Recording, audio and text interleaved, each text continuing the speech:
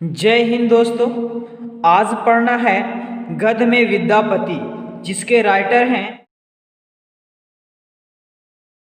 प्रसाद। ठीक है, तो इनका ऑब्जेक्टिव और श्लोक का उच्चारण और श्लोक का मतलब अर्थ आपको हम पूरा अच्छी तरीक़े से बताएंगे, जैसे हम क्लास में बताया करते हैं, और याद होने का फुल गारंटी इसी वीडियो में। बस मेरे वीडियो के आखिरी तक बने रहें, पूरा श्लोक का पूरा पद का आपको अर्थ याद हो जाएगा, और इसमें से जितना भी ऑब्जेक्टिव बोर्ड पूछता है वो भी याद हो जाएगा, इससे ज़्यादा आएगा ही नहीं। तो चलिए स्टार्ट करते हैं। विद्यापति जो 14वीं शती उत्तरार्ध 1360 में लगभग में हुआ था, यानी इनका जन्म कोई डेफिनेटली आज तक किन्हीं को मालूम नहीं है, लेकिन लगभग में कहा गया कि 14वीं शती उत्तरार्ध 1360 में लगभग में हुआ था। इनका जो निधन हुआ था यानी कि डेथ हुआ था 15वीं शती पूर्वार्ध 1448 ईस्वी में। ये भी इनका जो मरने का तिथि है ये भी कोई डिफिनिट नहीं है, अंदाज़ा लगा के रखा गया है। और इनका जन्म शिव प्रसाद सिंह का जो जन्म हुआ इनके बिहार के मधुबनी जिला, जो पेंटिंग के लिए प्रसिद्ध है दोस्त। जन्म बिहार के मधुबनी जिला विस्पी नामक गांव में हुआ था। आपको ऑब्जेक्टिव में पूछ सकता है कि कौन सा गांव में हुआ था, तो विस्पी नामक। देखिए, उनके माता का नाम हसनी देवी था। किनके माता का नाम हसनी देवी था? और पिता का नाम गणपति ठाकुर। क्या था? गणपति ठाकुर। देखिए, शिक्षा इनके जो गुरु थे सो पंडित परिमिश्रा थे। पंडित परिमिश्र थे, इनके शिक्षा गुरु थे। ये मिथिला के विद्वान थे। ये जो शिक्षा गुरु थे ये मिथिला के ये बहुत बड़े विद्वान थे।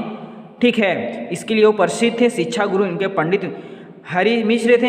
ये रचना यानी क्या चीज़ लिखे थे, तो ज़्यादातर इनका पॉपुलर रहा था सो कृतलत रहा था, भू परिक्रमा रहा था, और पुरुष परीक्षा रहा था, पदावली आदि और सारे इनकी रचना थी जो बहुत पॉपुलर हुई थी, लोग ज़्यादा लाइक किया था, जो शिव प्रसाद सिंह जी लिखे थे। देखिए, गद्य का जो पहला श्लोक हुआ, विद्यापति जो लिखे थे श्लोक गद्य का, वो चानन भेल विषम शर रे भूषण भेल भारी, शपनहु नाही हरि आयल रे गोकुल गिरधारी।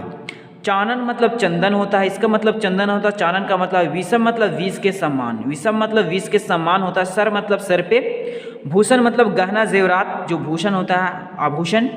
भेल भारी मतलब भारी हो जाता है। शपनहु का मतलब सपना होता है। नाही आरे हरि आयल रे मतलब कि नहीं हरि आते हैं। गोकुल, जो गोकुल का नाम है गिरधारी। ठीक है, गोकुल एक जगह का नाम है जहाँ पे राधा रहा करती थी गोकुल में, और श्री कृष्ण जी अपने वहाँ गोकुल में वो नहीं रहा करते थे। गोकुल में श्री कृष्ण जी नहीं, राधा रहा करती थी गोकुल में, और वृंदावन में कृष्ण जी रहा करते थे। तो उनकी प्यार भरा ये पद है। पद का मतलब विद्यापति अपने श्लोक के माध्यम से लोगों तक पहुंचाना चाहते हैं।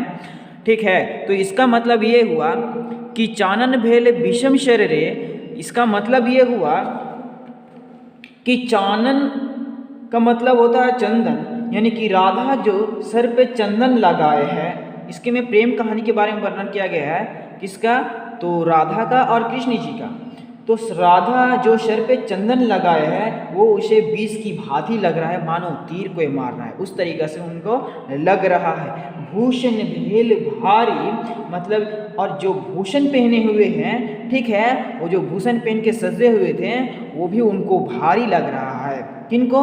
राधा को। बेकार लग रहा है सब, क्योंकि देखिए चंदन शीतलता के लिए लगाया जाता, अच्छाई के लिए लगाया जाता, लेकिन ये सब लगा के कृष्ण जी के वेट कर रही हैं, इंतज़ार कर रही हैं, और नहीं आने पर उनको खराब लग रहा है।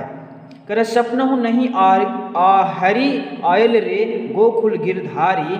वो बोल रहा है कि सपना में भी गोकुल नहीं आ रहे हैं, वो गिरधारी वो आने के लिए छोड़ दिए हैं, है ना। सपना में भी नहीं आ रहे हैं और नहीं गोकुल में आ रहे हैं। गोकुल में गोपियाँ लोग रहती थी राधा की, जो कृष्णा के बारे में बोल रहे हैं कि वो सपना में भी नहीं आ रहे हैं। इसका मतलब आप लोग समझ गए होंगे।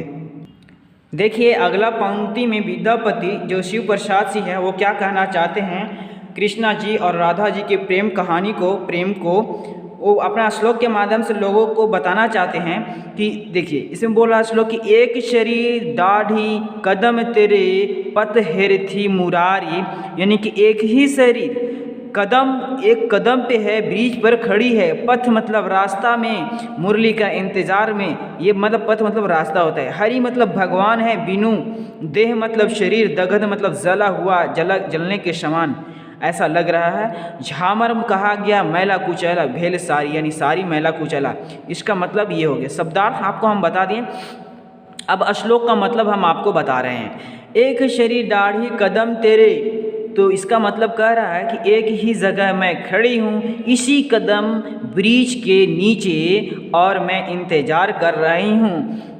पथ हेरथी मुरारी, यानी कि इंतज़ार कर रही हूँ, रास्ता में उनका मैं इंतज़ार कर रही हूँ। किनका? तो श्री कृष्ण जी का, क्योंकि उनके प्यार में वो पागल थे, राधा। फिर कर हरि बिना देह दगत भले रे, करा कि हरि के बिना मेरा शरीर ऐसा लग रहा है जैसे शरीर झुलसा जाता है, करा उसके शरीर का भी मतलब उसका साड़ी का भी जो रंग है सो उदासीन हुआ जा रहा, लग रहा है जैसे कि साड़ी गंदी हो गई है। वही कह रहा है हरि बिनु दे दगद भेल रे झार भेल सारी, यानी कि हरि के बिना मेरा शरीर जला हुआ सम्मान प्रकट हो रहा है, और जो मैं साड़ी पहना हुआ हूँ वो भी उदासीन हो जा रहा है, वो अपना भी रंग खो दे रहा है, लग रहा है मैला है। देखिए अगला श्लोक में विद्यापति यानी शिव प्रसाद से कहना चाहते हैं, राधा और कृष्ण के प्रेम के बारे में अपने श्लोक के माध्यम से बताना चाहते हैं कि जाह जाह तो है उद्धव रे, यानी कि जा मतलब जाओ जाओ, उद्धव उनके प्रिय मित्र का नाम था। तो है मथुरापुर, मथुरापुर मतलब जहाँ राधा रहते थे वहाँ, सॉरी मथुरापुर यानी मथुरा में कृष्णा ही सब रहते थे, वहाँ से भेज रहे हैं किनको? उद्धव को। चंद्रवदनी मतलब चंद्रमा की भांति, ठीक है, चंद्रमा से अच्छा, चंद्रमा के जैसा, ठीक है। तिहु उतरी मतलब उसके समान, वध मतलब होता है कि मारना या मर जाना, इसका वध का मतलब मर जाना होता है या मरना, समझ गए? तो ये शब्दार्थ आपको पता हो गया होगा। चलिए अब इसका मतलब बता दें। जाह जाह तो है उद्धव रे, यानी अपने प्रिय मित्र से श्री कृष्ण जी कह रहे हैं कि जाओ जाओ उद्धव, यहाँ से तुम जाओ, इस मथुरापुर से जाओ। कहाँ जाने के लिए बोल रहा है? राधा के पास, राधा के गोपियों के पास। करा चंद्रवदनी नहीं त्यूरे वध लागत काहे, और वहाँ जब जाता है कौन? उद्धव जी जब जाते हैं तो आपको सीता जी वो क्या करते हैं, सॉरी राधा जी क्या करते हैं कि पूरा गुस्साते हैं, उनकी एक बात भी नहीं सुनते हैं और पूरा उल्टा सीधा बोलते रहते हैं उसको, उद्धव को। कहता है कि मैं तो चंद्रमा से भी अच्छी हूँ, खूबसूरत हूँ, हसीन हूँ, लेकिन नहीं वो नहीं आ रहे हैं, अगर कुछ नहीं आएंगे तो मैं कुछ कर जाऊँगा, मैं मर जाऊँगी, मैं फांसी लगा लेंगे, मतलब इस अंदाज में उसको बोलते हैं। अगर मैं मर गया, बद हो गई तो सबसे बड़ा पाप लगेगा उन्हें। किन्हें? कृष्णा को। ये सब बात बता रहे हैं किनको? उद्धव को। लेकिन उद्धव की बात एक भी नहीं सुन रहे हैं, और उद्धव तो उन्हें समझाने के लिए, धैर्य करने के लिए, देने के लिए आए थे, लेकिन उन्होंने एक बात भी नहीं सुना और बोलने लगा कि कृष्ण जी तो वहाँ से भेजे कि जाओ उद्धव, तुम मथुरा से यहाँ से जाओ, गोपियों को वहाँ समझाना, राधा को समझाना। तो राधा यहाँ राशन पानी के साथ खड़ी हो गई और बोली कि चंद्रमा के समान तो मैं हूँ, लेकिन अभी तक वो नहीं आ रहे हैं। इससे अच्छा क्या, ऐसा बदन रहने से क्या फ़ायदा है, ऐसा हसीन रहने से क्या फ़ायदा, जब हमारा प्यार मिलेगा ही नहीं, हमारा प्रेम का आएगा ही नहीं, मिलना ही नहीं चाहता तो मैं मर जाऊँगा, मर जाऊँगी तो उसे बहुत बड़ा पाप लगेगा। अब जाके आप बोल दीजिए कृष्णा जी को कि अब राधा जीने वाली नहीं है। इस श्लोक का माध्यम से ये विद्यापति कहना चाहते थे। देखिए अगला श्लोक के माध्यम से विद्यापति कहना चाहते हैं कि भनई विद्यापति, यानी विद्यापति जो लेखक है सो ठीक है, मदर रे सुनमति, सुनमति मतलब सुसज्जित है ना, खूबसूरत नारी, जो नहीं कहते हैं महाभारत में हे सुंदरी, है ना, तो उसका मतलब ये हुआ। आज आओ मतलब आज आएंगे, हरी मतलब तो जानते गोकुल जगह का नाम जहाँ राधा रहती थी, पथ मतलब रास्ता, चलो झट, झारी का मतलब कि झटपट जल्दी जल्दी चलिए, ठीक है। देखिए अब इसका मतलब समझाते, शब्दार्थ बता दी। इसका मतलब होता है क्या कि भनई विद्यापति मन दरे, विद्यापति कहते हैं अपने इस पद के माध्यम से कि जब उद्धव जी आते हैं तो बोलते हैं, हे सुसज्जित नारी, हे सुंदरी नारी, पहले मेरी बात को तो सुनो, मेरी बात को तो मन लगा के सुनो, तब तो आपको समझ में आएगा। मेरी पहली बात को सुनो। कह रहा आज आओत हरि गोकुल रे, आज कृष्णा जी गोकुल आ रहे हैं, गोकुल पधार रहे हैं कृष्णा जी। वही कह रहा आज आहुत हरि गोकुल रे, आज आ रहे हैं कौन? कृष्णा जी, जिससे वो प्यार करती थी राधा। कह रहा पथ चलो झट झारी, जल्दी इस रास्ता से चलिए, जल्दी जल्दी झटपट करके और रास्ता को सजाइए, और इस रास्ता में उनके स्वागत के लिए आप विराजमान होइए। आप जिनको चाहते थे वो अब आने वाले हैं। इस वाक्य के माध्यम से, इस पथ के माध्यम से लोगों को कृष्णा और राधा के प्यार के बारे में बताना चाहते थे विद्यापति जी। देखिए, ये तो बात मैंने पद 1 का बताया था, पद 1 का बताया था। पद 2 में, इस पद में राधा की सखी ने राधा के रूप श्रृंगार का वर्णन किया है, जिसके बारे में अभी मैं बताने जा रहा हूँ। करा शरस बसंत समय चल पाओल रे, दक्षिण पवन बहु धीरे। शरद मतलब आसान, बसंत ऋतु का समय है, मतलब भल मतलब बहुत अच्छा, पाओ मतलब पाने के लिए, दक्षिण मतलब दक्षिण जो दिशा है उसके बारे में बता रहा, पवन हवा जो बहुत धीरे मतलब धीरे धीरे, सपनहु मतलब सपना, रूप वचन यानी कि अच्छी दिखने वाली है ना, सुंदरी। कह रहा है कि मुख मतलब चेहरा, दूरी करूँ चीरे, चीरे मतलब कपड़ा या पर्दा या घूंघट इसका मतलब होता है। चलिए अब आते हैं वाक पे। करा शरस बसंत समय पल भाओ यानी भल पाओ रे, दक्षिण पवन बहु धीरे। इसका मतलब बोलता है कि बसंत ऋतु का मौसम है जो बहुत ही अच्छा सजा हुआ है, मनो को वो मोह रही है, जिससे खूबसूरत समय बन गया है। वही कह रहा है कि बसंत के समय बहुत अच्छा हवा चल रही है, खूबसूरत हवा चल रही है जो मनो को मोह रही है। फिर अगला कहता है सपनहु रूप वचन एक भाखी, मुख शाव दूरी करु चीरे। वो करे राधा की सखी सपना में देख रही है ये सब कि राधा बहुत खूबसूरत लग रही है, और उसकी सखी कह रही है कि कम से कम अपना चेहरा से अपना घूंघट तो हटाओ, देखने में तुम बहुत अच्छी लग रही हो, आपका सुंदर सा चेहरा मैं देखना चाहता हूँ। ये उनकी सखी कह रही है। किनके बारे में? राधा के बारे में। राधा बहुत सुंदर थी, इसीलिए उसको लग रहा था कि कितना अच्छा लग रहा है, मौसम भी बहुत अच्छा है, सुहावना मौसम है, और राधा खूबसूरत है, और राधा चेहरा पर अपने घूंघट को डाली हुई है। वही करा चीर करने के लिए यानी हटाने के लिए बोल रही है राधा की सखी राधा को। फिर क्या बोल रहा है? तोहर बदन सन चांद हो हथी नहीं, यानी कि उसकी बदन को चांद से कंपेयर कर रहा है। चांद मतलब चांद मामा। करा जयो जतन भी देला है न, ये जतन मतलब होता है कि उससे अच्छा, लेकिन उससे कम नहीं, उससे ही ज़्यादा अच्छा है। जतन मतलब अच्छा होता है। विही देला मतलब बनाने वाला। करे एक की बेरी काटी यानी कि एक बार काट कर, करे बनाओ नव कहे यानी कि फिर बनाते हो, काट के फिर बनाते हो, है ना। फिर करे तैयो तुलित नहीं भेला, मतलब फिर भी उसके समान तुम बराबरी, यानी तुलित मतलब बराबरी करना या उससे कंपेयर करना, इसका मतलब ये होता है। देखिए अब इसका मतलब क्या है, इस शब्दार्थ बताइए। तोहर बदन सन चान हो अथी नहीं, कह रहा आपका बदन बहुत सुंदर है, मोहक है, शीतल है, चांद के समान नहीं, उससे भी अच्छा है। प्राकृतिक ने बहुत प्रयास किया चांद को राधा जैसा बनाने का, लेकिन राधा के जैसा नहीं बन पाया। वही करे एक बोरी काटी बनाउल नव कहे, तैयो तुलित नहीं भेला। करे प्राकृतिक चांद को महीने भर रोज काट कर राधे से भी अच्छा बनाना चाहती है, लेकिन राधे से तुलना के लायक भी ये चांद नहीं रहा। आप समझ रही हैं मेरी बात को? ये श्लोक के माध्यम से विद्यापति लोगों को राधा की खूबसूरती के बारे में बता रहे हैं, और इनकी व्याख्या इनकी सखी कर रही है इस श्लोक में। अगला पंक्ति में विद्यापति कहना चाहते हैं, राधा की खूबसूरती को बताते हैं कि लोचन तुल्य कमल नहीं भय सके, से जग के नहीं जाने।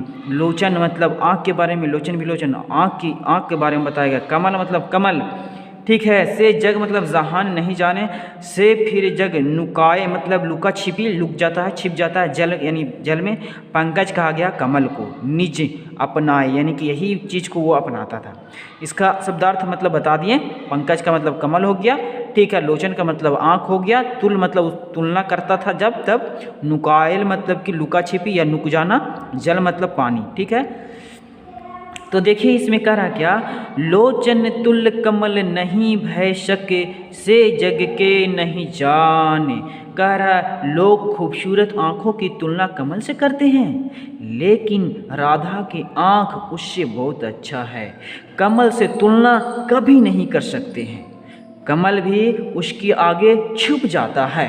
किसके आगे? राधा के आगे, मीन यानी कि भींग जाता है, छुप जाता है। राधा का आँख तो बहुत ही खूबसूरत है। फिर कह रहा, शे फिर जाए नुकायल जल भल, पंकज निज अपनाने, पंकज निज अपनाने, ठीक है। यानी कह रहा क्या, जब कमल की तुलना राधा की आंखों से किया जाता है तो कमल भी शर्मिंदा होकर लुक जाता है, पानी में छिप जाता है। कौन? कमल। जब तुलना आंखों से की जाती थी, किसकी? तो राधा की। ये सब वर्णन करिए उसकी सखी, और इस कविता के माध्यम से विद्यापति शिव प्रसाद से बताना। तब देखिए आखिरी पंक्ति में विद्यापति कहना चाहते हैं कि भनई विद्यापति सुन बर जयवती, ये सब लक्ष्मी समाने। यानी कि विद्यापति कहना चाहते हैं, ये विद्यापति बोल रहे हैं, ठीक है, किसको? राधा को, कि लक्ष्मी समान आप लक्ष्मी के समान जैसे हो, है ना। किसको बोल रहे हैं? राधा को बोल रहे हैं। किसके बारे में? कि लक्ष्मी के समान जैसा हो तुम राधा। सुनो मेरी बात, तुम हो सो लक्ष्मी के समान हो। भन विद्यापति सुनो बर जयवती, ये सब लक्ष्मी समान है। यानी कि ये सब जितना भी मैच करता है सो लक्ष्मी के समान मैच करता है, तुम लक्ष्मी की भांति लगती हो। किसको बोल रहा है? राधा को ये सब बात। अरे राजा शिव सिंह रूप नारायण।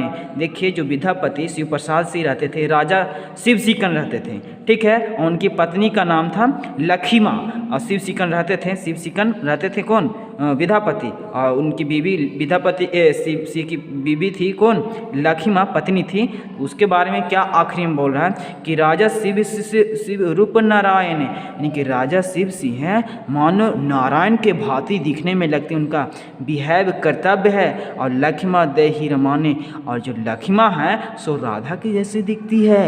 ये आखिरी पद में विद्यापति जहाँ रहते थे उनके बारे में भी बताए हैं, क्योंकि राधा का कंपेयर लक्ष्मी से किया है कि राधा लक्ष्मी के समान है और लखीमा राधा के समान है, और शिव सिंह है सो नारायण के समान है। अगर ये किसी चीज़ में आपको प्रॉब्लम, ये आई होप कि मेरा आपको ये सब पूरी पसंद आ गया होगा और गौर से सुनेंगे तो याद हो गया होगा। देखिए मेरा ये व्हाट्सअप नंबर है, इस पर आप कमेंट कर सकते हैं या कुछ लिख सकते हैं, लिख के भेज सकते हैं जो आपको प्रॉब्लम हो। अगले वीडियो में आपकी प्रॉब्लम को दूर कर देंगे, ठीक है। तो यहाँ तक मेरी वीडियो को देखने के लिए thank you, very very thanks. बस आपसे एक रिक्वेस्ट है कि इसको जितना ज़्यादा हो शेयर कर दो, पूरा शेयर करो। मेरा मेहनत आप इसी तरीक़ा से दे सकते हैं कि आप पूरा शेयर करो, आपको भी फ़ायदा होगा, आपके दोस्त को भी ज़्यादा से ज़्यादा नंबर उठेगा और मुझे भी फ़ायदा होगा। Thank you for watching my